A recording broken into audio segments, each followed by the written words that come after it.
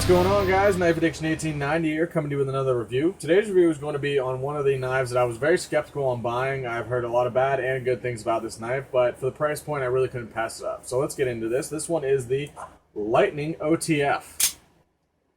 So I'll give you guys a 360 view on this thing before we go into the review.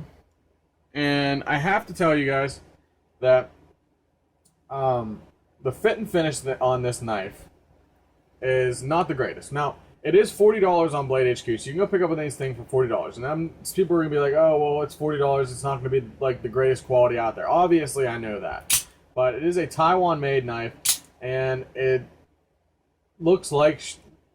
Okay, I'm trying to be nice about this thing, but I'm just going to say it looks like shit. The handles look like shit. The handles look like something you would get at a gas station, you know. So that's really not what drove me to get this knife. Now, right now, my price point is not as high as what it is for the Microtech OTFs, which is what I love. I love the Microtech OTFs. They're really nice. Plus, they have a warranty, which is another weird thing about this knife, is when I bought this off Blade HQ, all it came was a plastic bag and that's it. No box, no warranty information, no information about the knife at all. So this does not have a warranty. It doesn't come with a box or anything like that, which is really surprising because I've never bought a knife without a box. Even if it was like a $3 knife, it still came with a box. From like a flea market or something like that. But obviously, if you're going to spend $40 for something like this, it's not going to be the best quality. I'm not saying this is terrible. I'm just hoping it doesn't fall apart on me because it seems to be already doing that right now. So I'll show you guys what I mean right there. You see the top right there. Everything else is flush from like here over. Even on this side, everything is flush.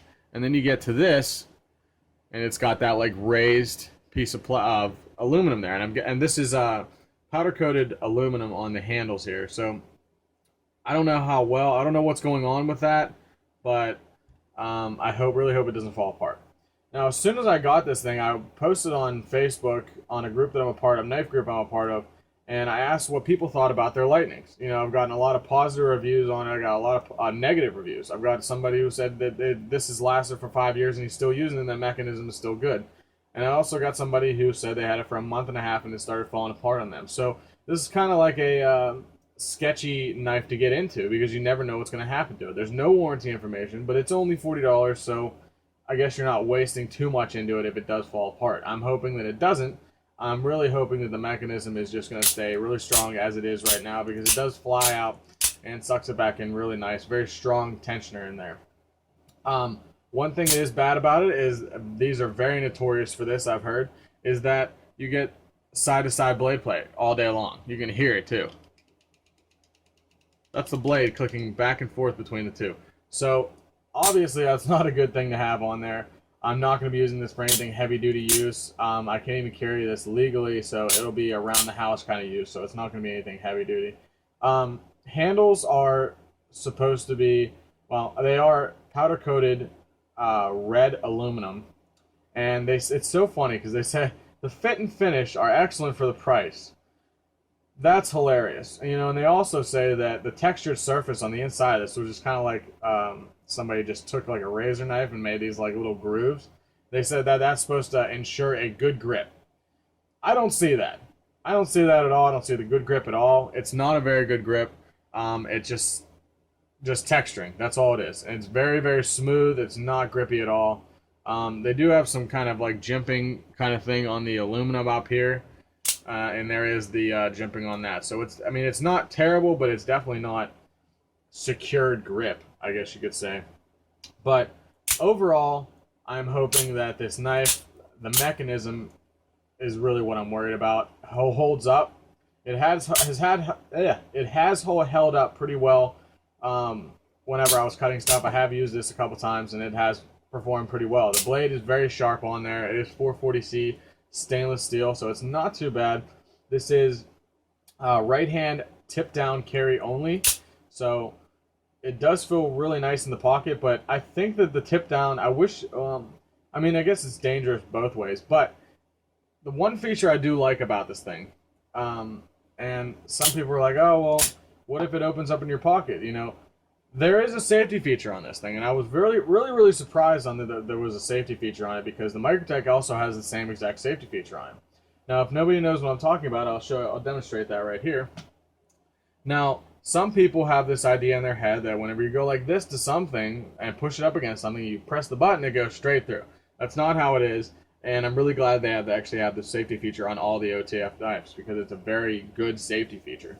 So whenever you poke it up against something and you deploy it, it automatically goes into like free mode where you can't suck it back in or you can't deploy it at all. So I'll show you guys what I mean right here, and we'll just push it up against here. And you see that? It just bounced right off there. And it's a loose blade right now, and you just get that back out there, and then it's good to go again. So that's a really nice safety feature. I was really surprised that that actually had that. But overall, still skeptical about it. Hoping it doesn't fall apart. Hoping it's like the one guy that said he had it for 5 years and had no issues with it. So anyway, let's get into the specifications on this thing. Overall length is 8 inches. Blade length is 3 1/4. And the blade steel is 440C with that drop point satin style blade on there. So as I said, it does come really sharp. Who knows how long that'll last. 440C is not the best steel to hold an edge on there, so we'll see what happens. Aluminum handles, as I said, and with this powder coating, it's not that great either. I'm trying not to dog this fucking knife, but it just keeps like pushing out bad things about it. But the paint is already scraping off. You can see that.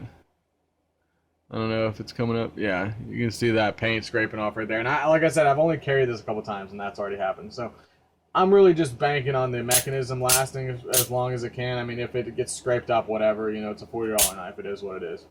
Overall weight on this thing is just under 4 ounces, so it definitely doesn't have a lot of weight to it, which is really nice. Feels really comfortable in the pocket. That's a good thing on that one. Right hand tip down carry only. So you can't flip-flop these things around. But overall, for the price point, I would try it. $40 is not that big of a deal. And I would definitely recommend trying to get one of these things because some people can't afford the $300, $400 OTFs from Microtech, or even $200 OTFs from Microtech. So if you want an OTF and you want to try something out, definitely pick one of these things up. Don't bank on it being the best of quality, but the mechanism on here is very nice, fires out really nice, and I have not had an issue yet. But if I do have an issue, I will post a video so you guys can be informed on what to expect. But as always, guys, thank you guys for watching, and don't forget to hit that like button, share, and subscribe. Thanks for watching.